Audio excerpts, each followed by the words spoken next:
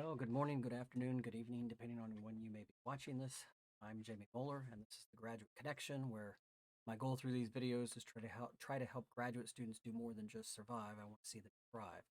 So today, it's a short topic I want to provide, and again, I'm going to try to keep these to about 10 minutes now. It seems like viewership may be a little bit better that way. But nevertheless, what I'd like to do today is talk a little bit about something called trust, building trust, right?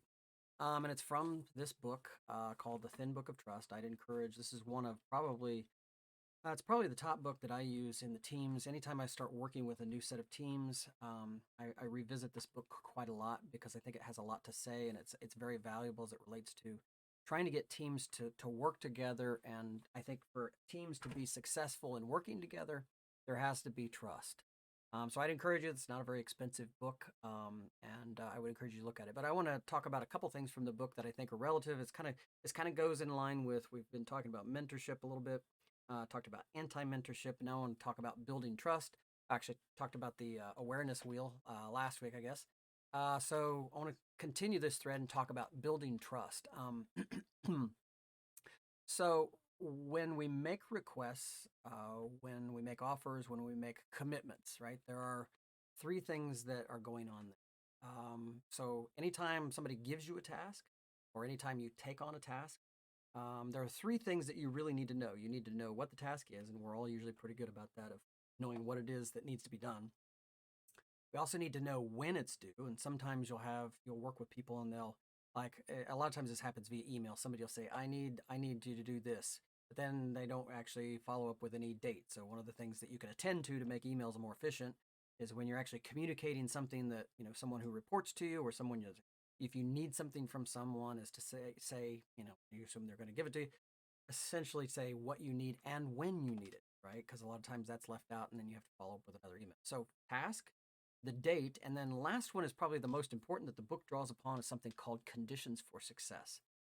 And the conditions for success are basically, if I ask somebody to do something and there's a certain way I want to do it, or if I want to make sure, maybe there's some landmines that I want to make sure that they don't, or maybe this is politically fraught, maybe it's a hot potato, maybe it's something that needs to be done, but they need to be careful doing this, that, or the other. Those are conditions for success. And this exchange between supervisor and the person being supervised relative to tasks can really affect trust if there's a miscommunication around things that are being done. So let me give you an example. So we've all probably been in a meeting at some point where maybe somebody in the meeting, typically the boss, is saying that something needs to be done, and they point over and let's say they tell John that he needs to do something. And then the meeting proceeds. Everybody walks away from the meeting. Everybody knows that John needs to do a task except for John. And so that happens quite frequently. And that's kind of this trust. That's the first part of this is when the person doesn't realize that they're getting the task. And that happens a lot of times. And the second thing is when a task is given, oftentimes we forego conditions for success for the sake of time.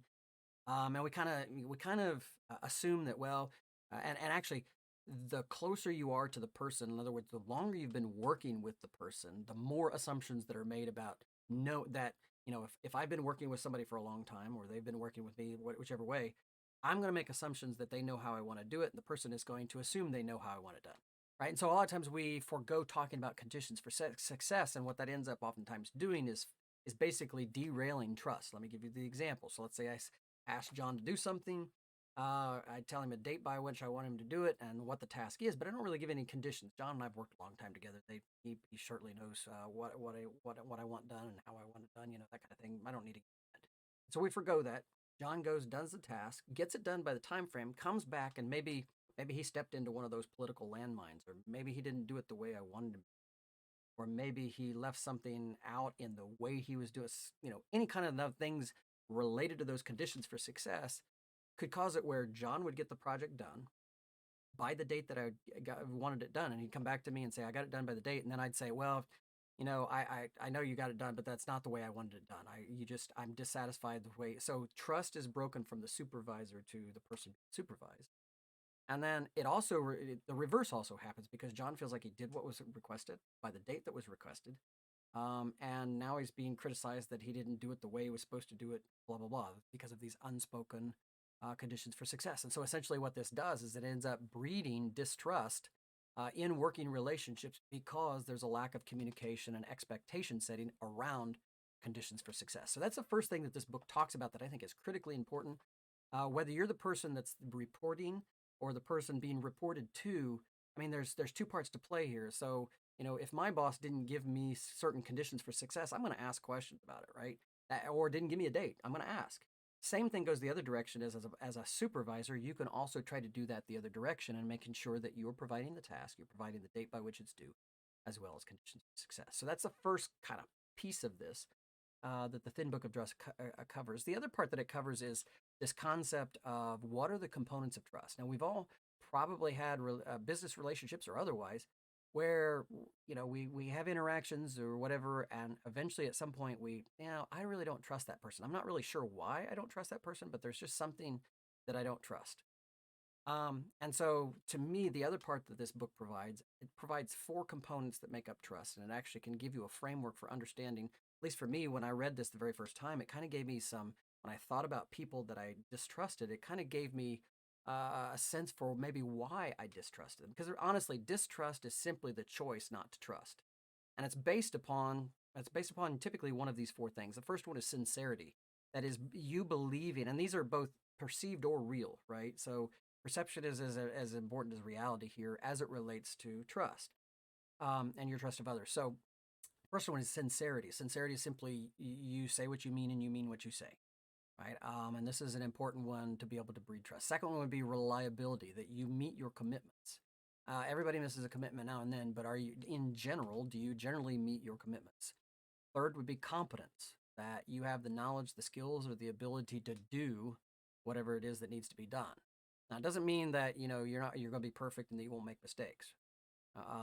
In my opinion, if you don't make a mistake every now and then, you're probably not busy enough. Now, I generally don't get upset by mistakes that people that I work with or that work for me or I work for. I don't get upset about individual mistakes because if we're all busy, we're going to make some mistakes. It's mistakes that are made over and over and over, right? That kind of get under my skin. So it's not about being perfect. Competence is not about perfection. And then the last was simply care. Do you have the other person's interests at heart as much as you have your own? Right. And on the care part, I really like. I've advocated before the Essential Communications Leadership podcast.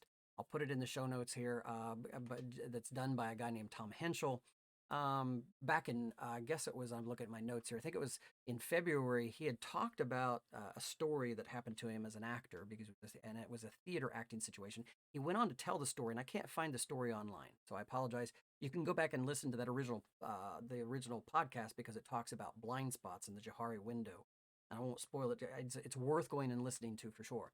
But anyway, long story short, after he had told the story that had happened, he said something that was, and I'm not sure if this is an exact quote of his or I modified it to my own liking, but I basically wrote down, I said, if you have the goodwill of people in mind, if they know that you care and that you want to help, to a certain degree, they'll not see your mistakes, your errors, or your failures. They become willfully blind. And so, if you've not heard of this concept of willful blindness, I'd encourage you to take a look at it because essentially what it does is when people know that you care, when people believe that you care, it provides a certain amount of willful blindness on your behalf. And oftentimes they won't see your mistakes, right? And you can think about this, think back in your life of anyone who you thought cared about you, and somebody comes to you and tells you something negative about that person, and you're like, I can't perceive that. I don't see that. And it might have been there the whole time. You're just willfully blind to it because of your belief in the care of that individual towards you. So these four components of trust are talked about in the trust book. And I honestly, I think if you'll step back and you'll think, okay, think of somebody that you don't trust in your life. It could be in your personal life, it could be a professional life, wherever.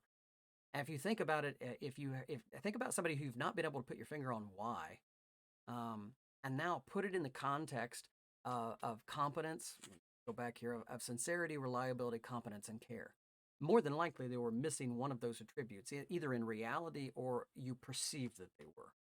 Right? And again, perception is reality in this particular case. So know that distrust is a choice. And so anyone you choose to distrust, and there's nothing wrong with choosing to distrust because we can't trust everyone. We shouldn't trust everyone because not everyone is sincere. Not everybody is reliable. Not everybody's competent. And not everybody cares about you. The last one, in my opinion, being a huge one. Um, but if you'll think about that, you'll oftentimes be able to put your finger on what it is that causes you to distrust that person, choose to distrust. Now, the book goes on, and again, it's a thin book, so it doesn't take long to read it, but the book goes on and talks about how you can address distrust issues with people that you work with.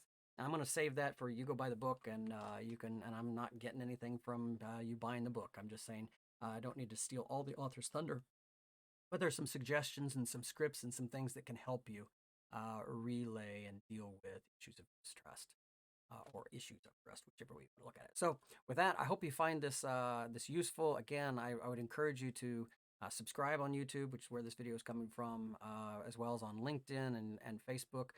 You can connect to me privately on Facebook. You could connect to the private Facebook group, where it's basically the private Facebook group is a place where I try to create some topics, and I know that's not not everybody has an opportunity to comment all the time, but I'm trying to create a place for graduate students to get together and to talk about issues. It gives them a venue to talk with me and me with them, as well as celebrate together. We're in this kind of in the season right now of graduate students graduating and defending their theses and dissertations, and I've been a part of that. I'm getting ready to get on one right now, but with that, I would encourage you to engage in those. Let me know if hopefully you're finding this content useful, and most importantly, you're finding a way to integrate it into life.